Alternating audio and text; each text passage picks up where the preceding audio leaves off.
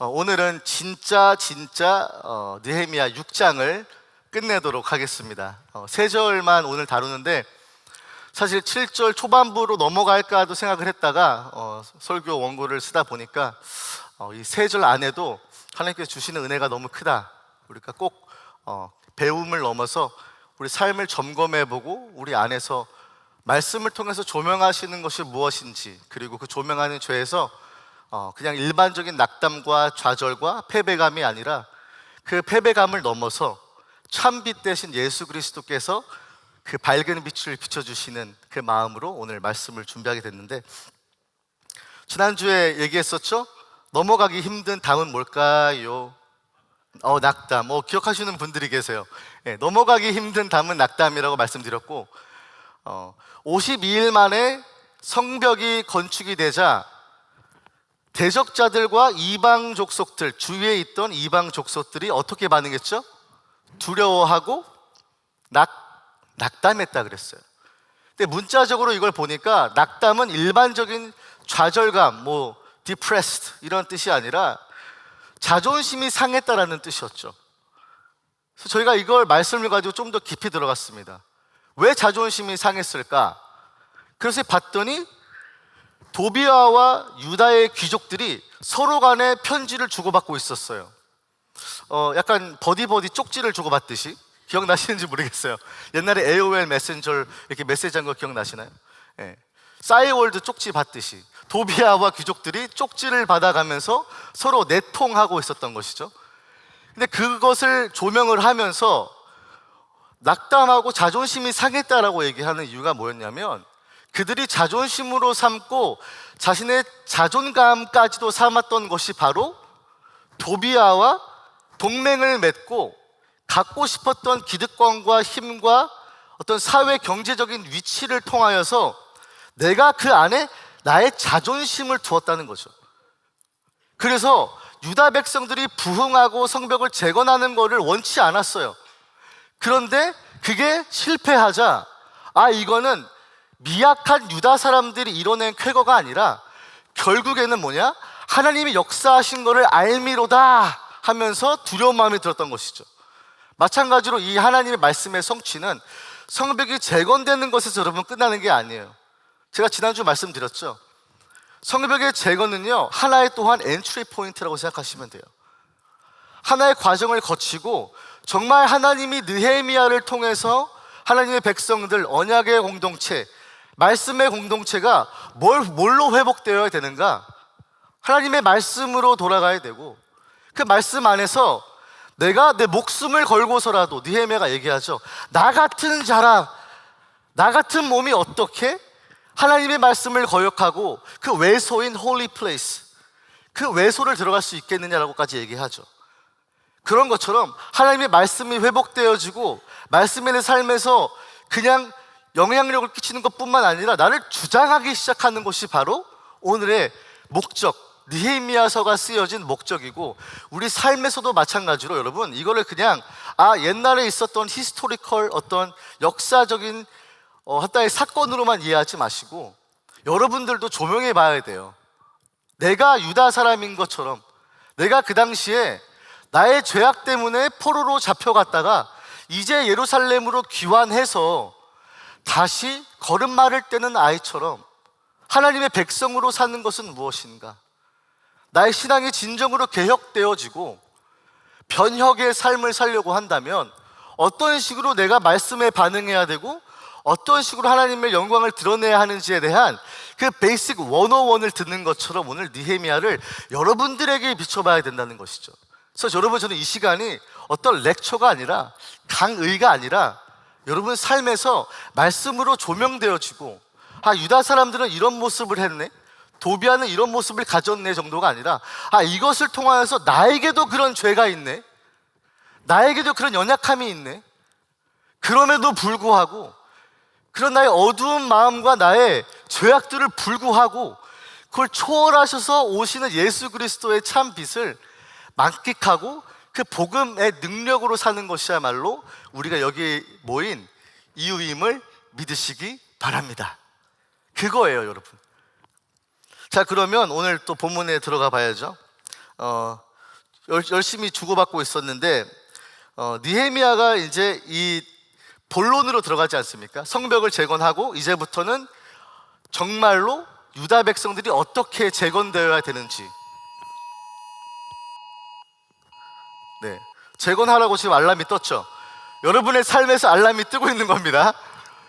네, 여러분의 삶에서 내가 어디가 재건되어야 되는지 알람까지 울려주시는 하나님께 감사를 드리고, 여러분이 허물어져 있던 삶의 영역이 있다면 지금 이 경종을 울리는 이 알람을 통해서 설정되어지고 시정되어지길 주님의 이름으로 축원합니다. 자, 그러면 다시 돌아갈게요. 자, 지난주에 잠깐 말했지만 도비야는 아라의 아들 스가냐의 사위가 되었다고 나오죠. 그 부분 여러분 기억하실 거예요. 그리고 아라의 뜻은 뭐였냐면, 기억나세요 여러분? 도비야가 아라의 아들의 사위가 되었어요. 좀 어렵긴 하겠지만 아라의 아들과 아들의 사위가 된 거죠, 도비야가. 그럼 아라의 뜻은 여러분 뭔지 기억나십니까? 나그네라는 뜻이었죠. 그러니까 아라의 이름의 그 미닝에서, 그 뜻에서 발견되는 게 뭐냐면, 바벨론에서 유랑하고 나그네처럼 살았던 자를 아라의 이름에 담음으로써 그 역사의 고통과 상처를 잊지 말아야 된다는 것이겠죠. 그런데 제가 그래서 말씀드렸죠. 정말 가슴 아픈 이유가 뭐냐, 정말 이게 비통한 이유가 뭐냐, 유다 사람들이 유다 사람의 부흥과 재건을 막으려고 했던 원수 대적 도비야와 정략 결혼을 맺은 거잖아요, 유다 사람이. 심지어 그러니까 이게 얼마나 사실은 엉망진창인 케이스예요. 그래서 아라라는 의미가 저희들에게는 적어도 충격으로 다가올 수밖에 없어요. 왜냐, 내 조상들이, 내 삶이 포로 생활하다가 이제 막 귀환해서 성벽까지 없고 어느 사람들이 와도 공격해가고 나를 조롱하고 비난하고 수치가 가득했던 나의 삶에 담겨있던 게 바로 아라, 나그네라였기 때문이죠. 그리고 또 나갔죠.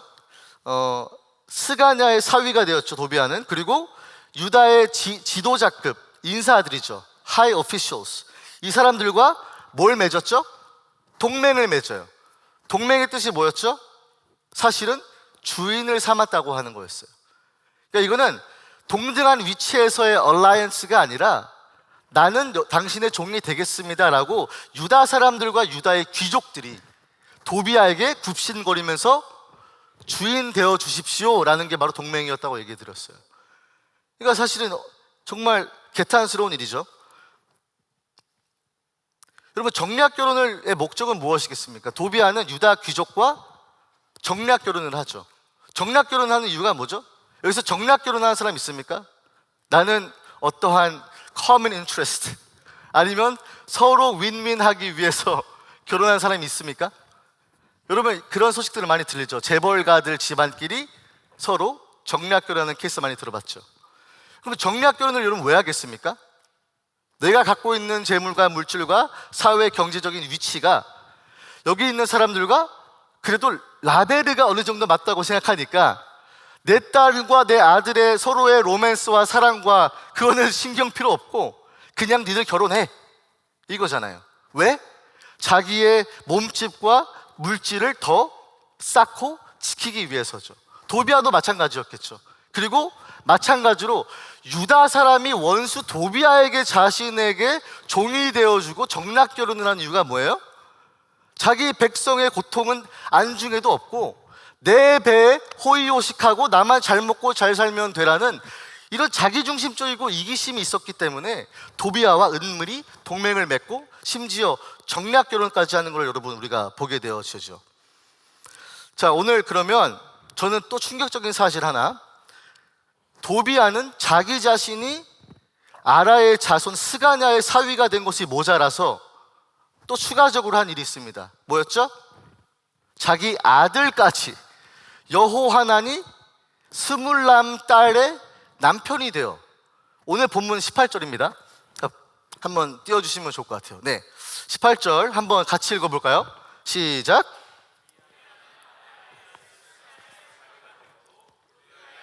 여호하난도 베레기야의 아들 무슬람의 딸을 아내로 맞이하였으므로 유다에서 그와 동맹한 자가 많음이라.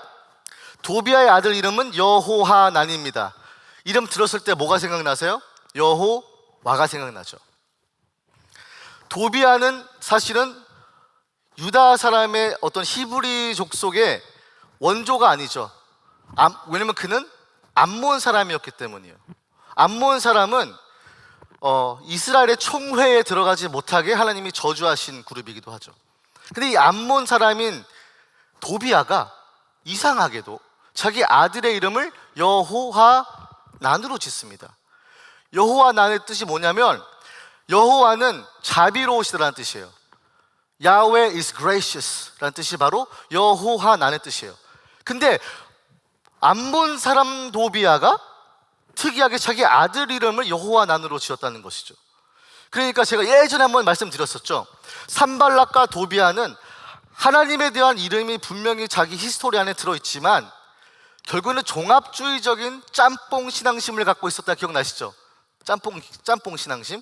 그러니까 실질적으로 하나님을 진리의 여호와 하나님 그를 믿는 그 여호와의 신앙심이 아니었고, 자기들이 이방신도 믿고 다른 문화와 가치관과 철학과 그 모든 신들을 믿었던 사람이 여호와 하나님도 믿었던 아주 짬뽕적이고 아주 더러운 신앙심이죠. 이거는 내가 믿고 싶은 것만 믿는 것이기 때문에.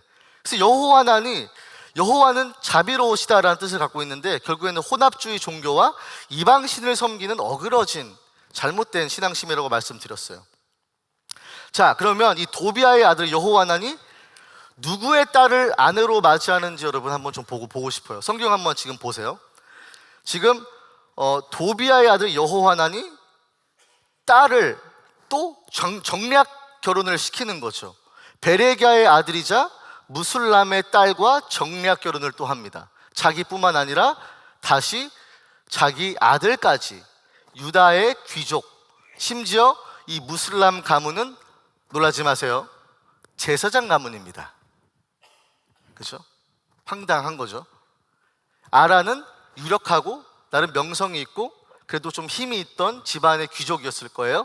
그런데 그 아들 여호하난을 누구랑 정략시키는가 봤더니 무술람이라는 사람인데, 무술람은 몇 대째 동안 계속 제사장으로 있었던, 또 유력하고 힘있고 나름 사회적인 위치가 있었던 사람의 딸을 자기 아들이랑 결혼을 시키는 것이죠.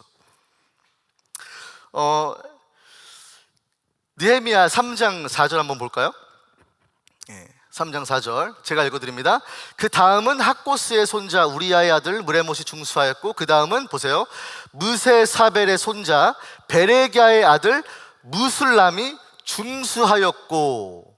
느헤미야 3장 30절도 같이 한번 띄워주세요. 3장 30절. 네, 그 다음은 셀레미야의 아들 하나냐와 살랍의 여섯째 아들 하눈이 한 부분을 중수하였고, 보세요, 그 다음은 베레기야의 아들 무술람이 자기의 방과 마주대한 부분을 중수하였다라고 나오죠. 두 개 지금 두 절 드렸습니다. 그러면 도비아의 아들 여호하난이 결혼한 무술람의 딸, 근데 이 무술람은 여러분 성벽 재건에 동참했습니까? 안 했습니까? Yes or no? Yes죠. 그런데 충격적인 한 가지, 30절에 말씀하다시피 무술람은 그러면 성벽 재건에 동참했는데 심지어 한 군데가 아니라 몇 군데 했어요? 두 군데를 중수했어요.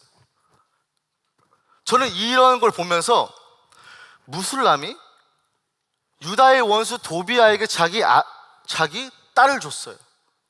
그런데 성벽 재건을 또 같이 도와서 했어요. 그런데 한 곳이 아니라 두 곳을 성벽을 재건을 했어요. 이게 이상하지 않습니까?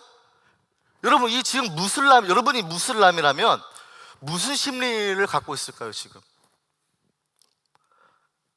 유다 사람들의 성벽을 완공시키지 못하게 하려는 대적자 원수인 도비아의 아들을 자기 사위를 삼은 거라니까요. 근데 그 무술람이 어떤 사람이었냐면 성벽을 한 곳도 아니고 두 곳을 중수했던 제사장 가문이에요. 이게 웃긴 노릇인 거죠. 왜, 뭔 생각일까? 여러분, 저는 그래서 어떤 여기서 하나의 컨클루션을 내렸냐면, 적어도 그는 순전하게 유다 백성들과 하나님의 영광을 위해 그 성벽 공사에 참여하지 않았다고 생각해요. 여러분 동의하십니까? 동의하세요? 동의가 될걸요? 왜 원수가 허물려고 했던 성벽을 두 군데나 중수하냔 말이에요. 그리고 그 아들을 자기 사위 삼고, 이건 말이 안 되죠. 앞뒤가 전혀 안 맞잖아요. 그리고 여러분, 여기서 이제 심장을 한번 잡아보세요. 여러분, 이미지 제가 보내드린 거 띄워주세요.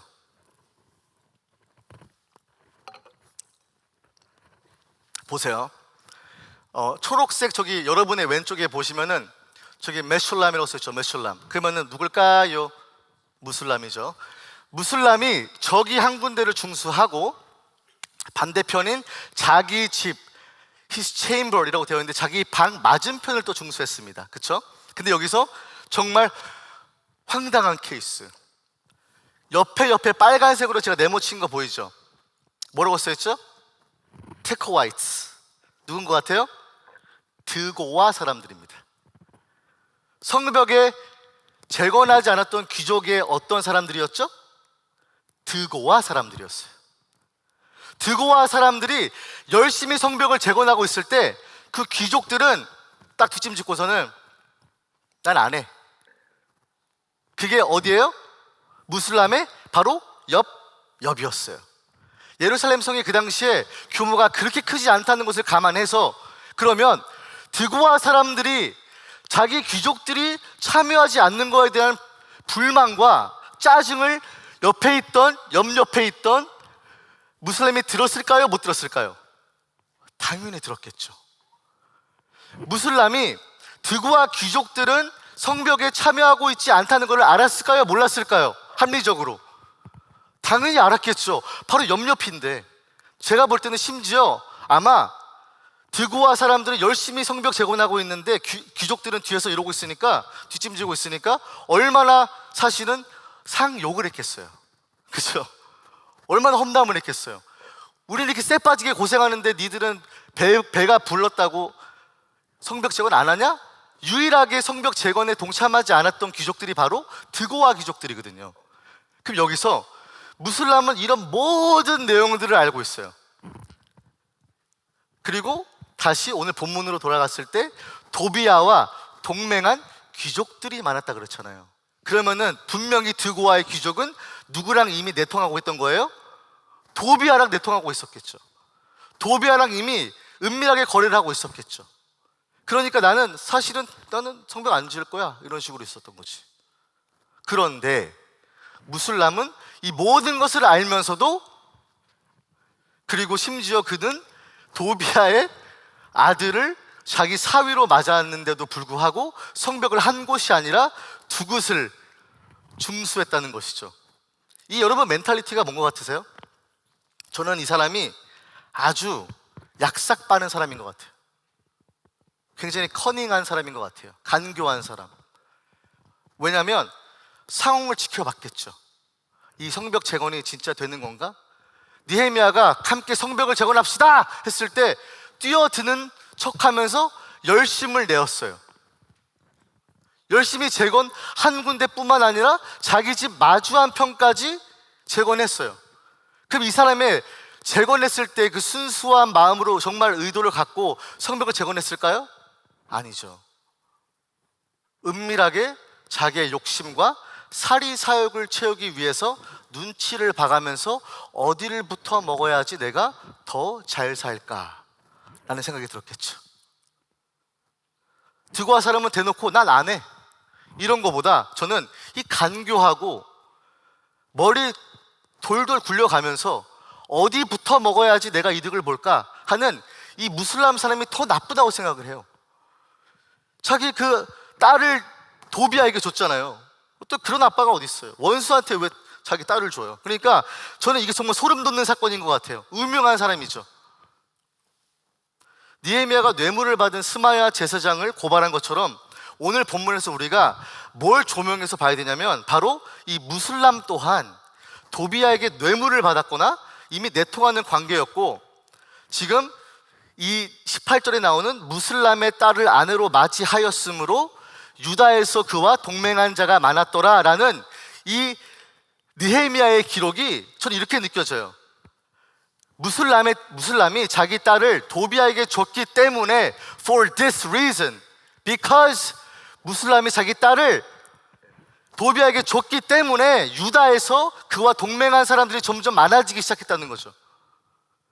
제사장 가문이 눈치 보면서 도비아에게 붙어 먹으니까 점점 경쟁적으로, 사회적으로, 정치적으로 힘을 얻어가는 것을 유다 사람들이 봤어요.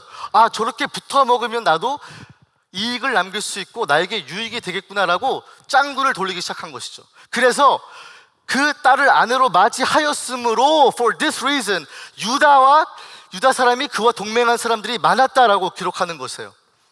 그런데 여기서 이제 나오는 반응을 여러분 보셔야 돼요. 이러한 사람들이 유다 사람들과 귀족들도 도비아와 동맹하는 자가 많았다는 것인데, 이 동맹한 사람들이 그러면 어떤 일을, 어떤 행동을 했는지 오늘 본문 19절에 나와 있습니다. 19절 한번 함께 읽어볼까요? 시작. 그에게 전하매 도비아가 내게 편지하여 나를 두렵게 하고자 하였느니라. 처음에 말씀드렸죠. 이 본문의 내용은 이제부터 유다 백성들이 언약 백성답게, 거룩한 하나님 백성답게 살려는 신앙심의 개혁이에요. 그러니까 느헤미야는 고발을 하고 있는 거예요. 지금 유다 사람들이 갖고 있었던 고질병이 뭐냐면, 내가 내 이익을 따라서 은밀하게 원수라도, 자기를 대적하고 자기들이 죄악으로 이끌었던 사람이라도 내가 조금 더 이득을 볼 수 있다면 그 사람과 붙어 먹겠다는 이 고질병을 지금 느헤미야는 뭐 하는 거예요? 지적하고 있는 거죠. 여러분, 우리들의 삶에서 그런 게 없는지 보셔야 돼요. 여러분이 작은 나의 유익과 이익을 위해서 타협하고 있는 게 뭔지를 봐야 된다는 거예요. 내가 정당화하면서 은밀하게 여기에 붙었다가 저기 붙었다가 어디로 가면 내가 더 이익을 보지? 이거를 돌려가면서 사는 사람이 아니라는 거예요. 하나님의 백성들은. 믿으십니까? 하나님의 사람들은요, 뭘로 산다 그랬어요? 믿음으로 사는 거잖아요. 그리고 하나님을 경외함으로 사는 거잖아요. 하나님이 여기 계시기에 믿음이 없이는 하나님을 기쁘시게 할 수 없으니까 여기 계신 하나님을 느끼면서 경외함으로, 두렵고 떨리는 마음으로 말씀을 지켜가면서 사는 것이 누구예요? 하나님의 백성다움이잖아요. 근데 느헤미야가 왜 갑자기 도비아랑 편지하고 내통하는 이야기를 막 쓰는가 봤더니, 결국에는 우리 인간의 죄성의 본심에는 내 조금만 유익만, 이득만 있으면 여기 붙었다가 저기 붙었다가 하는 그런 자기중심적이고 이기심이 많은 사람들이라는 거예요. 그래서 여러분, 선행을 왜 얘기했을까? 저는 이걸 깊게 연구했어요. 왜 갑자기 유다 사람들이 도비아와 동맹을 맺었는데, 이 동맹 맺은 유다 사람들이 갑자기 느헤미야를 찾아옵니다. 그리고서는 도비아가 정말 좋은 사람이더라고요. 선행을 갑자기 얘기하기 시작해요. 또 다른 사람이 옵니다. 도비아 그 사람이요, 이렇게 우리에게 좋은 일을 했어요. 뜬금없이. 좀 뜬금없다고 느껴지지 않아요? 도비아가 불과 며칠 전만 해도, 야, 그 성벽에 여호와가 올라가도 다 무너질 거다, 너희들 그거 해봤자 소용없어. 그리고 뭐예요? 야, 일로 내려와봐, 우리 만나자, 이러고. 그리고 일부러 느헤미야를 죽여버리려고 제사장 스마야를 통해서 뇌물을 줬었던 사람이 바로 도비아예요. 그렇죠? 근데 도비아가 갑자기 선행을 하는 사람, good deeds, 선행을 하는 사람으로 갑자기 느헤미야에게 리포트가 계속 올라가요. 저는 그래서 이 부분이 왜 그럴까? 왜 유다 사람들이 자신들의 철천 원수 같은 도비아에게 좋게 포장해서 느헤미야에게 칭찬하기를 시작한 것일까? 그리고 도비아가 무슨 선행을 했겠습니까?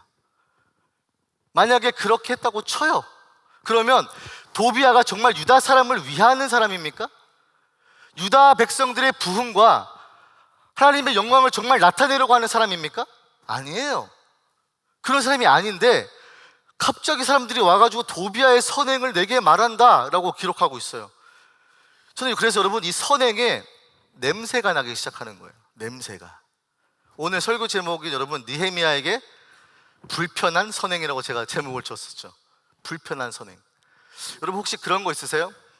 사람과의 관계에 있어서 분명히 이 사람이랑 대화하고 잘 지내는 것 같은데, 나에게 잘해주는 것 같은데 왠지 찝찝한 그런 관계 혹시 있으신 분 계세요?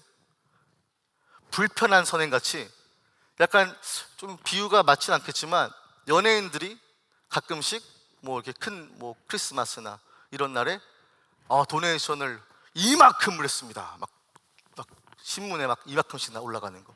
뭔가 불편한 선행 느낌이죠. 나를 과시하거나 나타내기 위해서 선행을 포장하는, 불편하고 찝찝하고 냄새나는 선행이죠. 여러분, 이런 거를 잠언 28장 4절에서 이렇게 말합니다.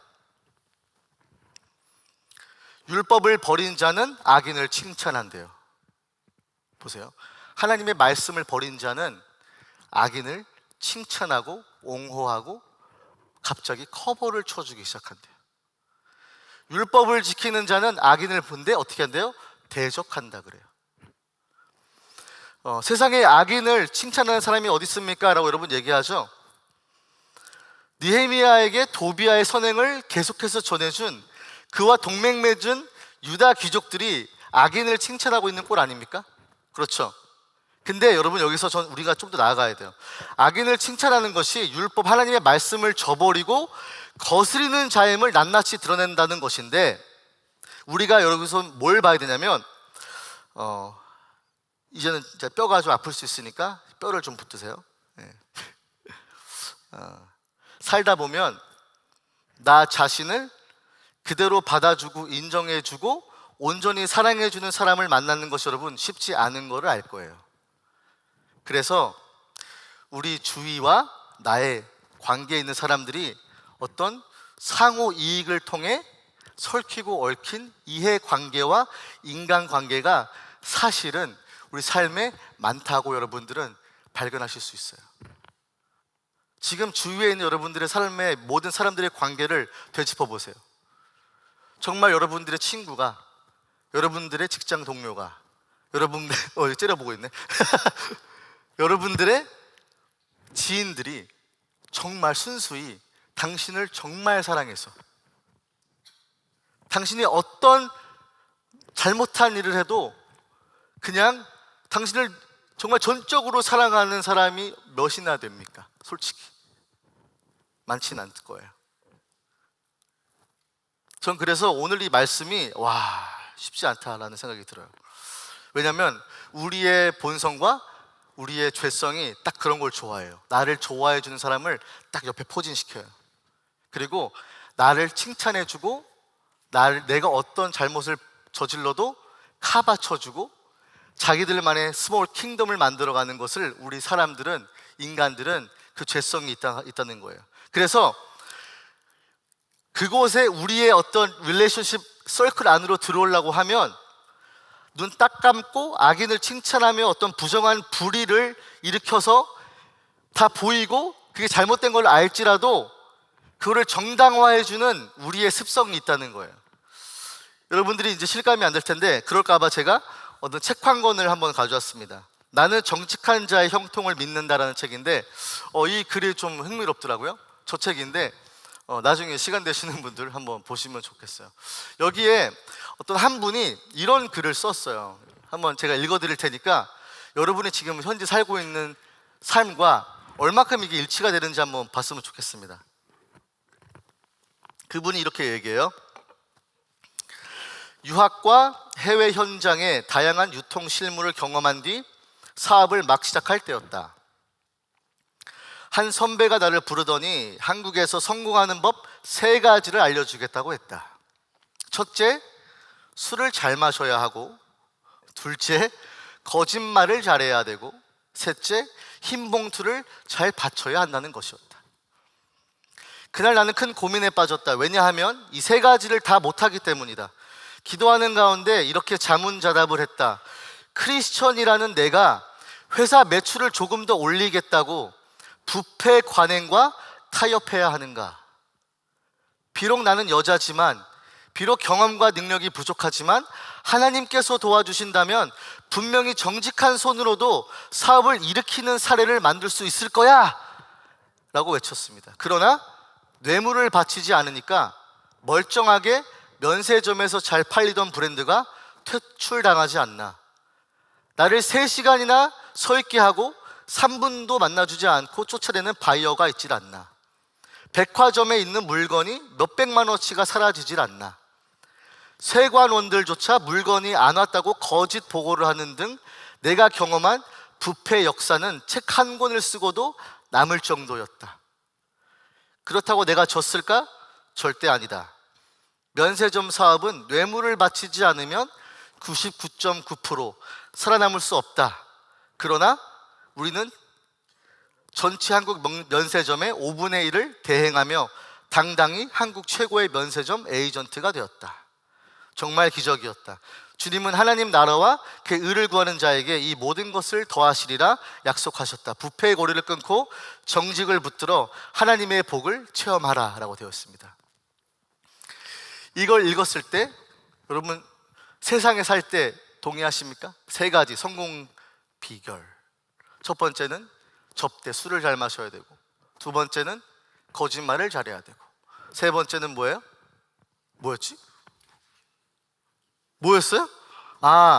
흰 봉투 이렇게 찔러주는 거, 뇌물. 왜냐면 지금 오늘 느헤미야와 고발하는 사건이 바로 그거예요. 그렇죠? 도비아와 내통하면서 뇌물을 받고 심지어 정략 결혼을 하면서 유다 사람들이 자기 백성들을 배신하고 자기 호의호식하고 있었던 모습을 하는 거죠. 그래서 유다 백성들은 이 글을 읽었나? 어떻게 알았지? 신기하지 않습니까? 신기하죠. 거짓말하죠. 갑자기 도비아가 선행을 했다고 말을 만들기 시작합니다. 뇌물을 줬죠. 술도 잘 마셨을 것 같아. 희한하게 몇천 년, 2000년 넘게 전에 써졌던 도비아와 유다 백성들의 행동들이 오늘 이 시간 세상에서 사는 세상에서 성공하는 어떤 성공 비결에 대한 이 모든 내용들이 동일하게 일맥상통한다는 거예요. 그럼 여기서는 뭘 고발하는가? 우리의 죄성을 고발하는 거죠. 우리는 그런 사람들이라는 거예요. 한국에 그런 말이 있다죠. 천당 밑에 분당. 오, 잘 알고 계시네요. 분당에 사시나 봐요. 아니죠. 천당 밑에 얼바인이죠. 이건 좀 충격적인 스토리인데, 제가 중고등부 사역할 때 전도사 때 얼바인에 있던 친구들이 있었어요. 제가 그 당시 때는 세리토스 살고 있었는데 이제 얼바인으로 이 친구를 신방하러 아침에 와서 같이 큐티해주고 학교 드롭업 해주는 그런 잠깐 사역을 했었는데, 실명을 밝히면 안 되겠죠. 여러분 다 얼바인 오래 사신 분들 계실 수 있으니까. 근데 그 친구가 그때 아마 중딩인가 중학생인가 많아봤자 고1 정도밖에 안 됐을 거예요. 그 친구가 교회를 잘 안 나와서 일부러 제가 신방을 한 거죠. 그래서 가서 왜 교회도 잘 안 나오고 이런 얘기 하다가 그냥 학교 생활에 대해서 질문을 하게 됐어요. 학교 잘 지내냐? 근데 그 친구가 이런 말을 하는 거예요. 자기는 중딩, 고딩, 이제 고1 막 된 친구가 이런 얘기를 하는 거죠. 자기는 사람을 사귈 때 인맥을 위해 사귄다는 거예요. 소름 돋죠. 나는 이 친구들을 내 친구로 사귀는 것이 아니라 나의 네트워크를 형성하고 나중에 내가 공부하고 좋은 대학 가서 이 친구들이 또 좋은 대학 갈 거니까 지금 만들어 놓은 나의 네트워크를 위해서 나는 셀렉티브하게 사람을 골라서 사귄다는 말을 중학생한테 들었어요. 얼바인에 사는 친구한테. 저는 이게 조금 충격적이더라고요. 여러분 정말 그렇습니까? 세상에서 성공하고 잘 살려면 인맥 줄 잘 서야 되고 거짓말도 때로는 해야 되고 돈봉투 이런 거 한번 찔러줘야 돼야지 정말 형통한 삶입니까? 이거에 여러분들이 대답을 쉽게 못 하실 거예요. 왜냐하면 그렇게 극한적인 익스트림하게 하진 않아도 내 마음 가운데는 조금만 이득이 있다면 나는 이 사람과 친구하고 싶다는 그런 마음들이 스물스물 올라오기 때문이겠죠. 도비아가 마치 자기 아들을 정치 경제적 수완으로 삼은 것과 이게 겹쳐 보이는 거예요, 저는. 그래서 여러분 그러실 수 있어요. 목사님, 세상 물정 모르는 소리 하지 마세요. 세상에서 살려면, 이 각박한 세상에 살려면 다 그렇게 삽니다. 그렇게 얘기하시는 분 있을 수 있죠. 근데 여러분, 우리는 그렇게 사는 사람들이 아닙니다. 믿으십니까? 그렇게 믿는 사람들은요, 세상 사람들이 사는 방식이에요. 우리는 적어도 편법과 불의, 불법을 넘어가면서 같이, 내가 한 번 감으면 저 메인스트림에 들어갈 수 있으니까 한 번 눈 딱 감고 불편한 선행하면서 사는 것은 우리의 인생이 아니라는 것이죠. 말씀을 마무리하고 싶습니다. 잠언 28장 21절 말씀입니다. 이런 말씀이 있습니다. 사람의 낯을 보아주는 것이 좋지 못하고 한 조각 떡으로 말미암아 사람이 범법하는 것도 그러하니라. 잠언의 기자는 말합니다. 사람이 빵 한 조각을 위해서라도 뭘 한대요? 사람의 면을 세워준대요. 그 사람의 체면을 위해서라도 내가 빵 한 조각 얻을 수 있으면, 아주 작은 이득을 하나만 볼 수만 있어도 partiality라고 나와 있죠. 이게 영어로 뭐예요? favoritism이죠.